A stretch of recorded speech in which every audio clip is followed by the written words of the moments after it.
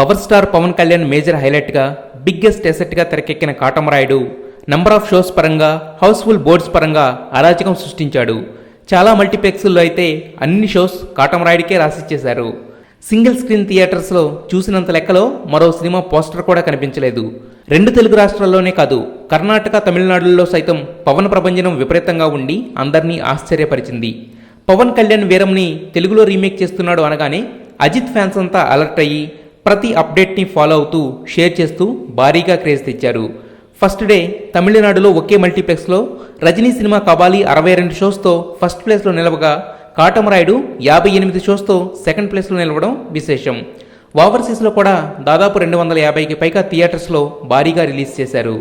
ఈ మధ్య కాలంలోనే వన్ ఆఫ్ ద బిగ్గెస్ట్ రిలీజ్గా రికార్డ్ క్రియేట్ చేసిన కాటమరాయుడు ఫస్ట్ డే మినిమం ఓ 30 కోట్లు కొల్లగొట్టుంటాడని అనఫిషియల్ ఎనాలిసిస్ రిపోర్ట్.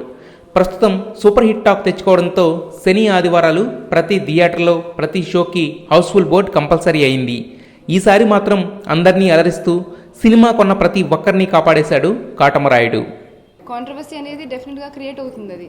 అది కాంట్రవర్సీ కోసం ఏం తీయలేదు కదా. మనము రియాలిటీకి దగ్గరగా ఉంటే కాంట్రవర్సీ ఎప్పుడైనా ఉంటుంది. ఎప్పుడైనా ఎవరైనా anything we do as close to reality ఎలా ఉందో అలా చేస్తే డెఫినెట్గా controversy is a part of it. And we accept controversy just as we accept compliments. So దానివల్ల ఏం ఎఫెక్ట్ అవ్వదు. అండ్ ఎలా ఉందో అలా చేశానండి. ఇది regular, it's just another women. You know, it's a very regular role, and I'm thinking I justified it.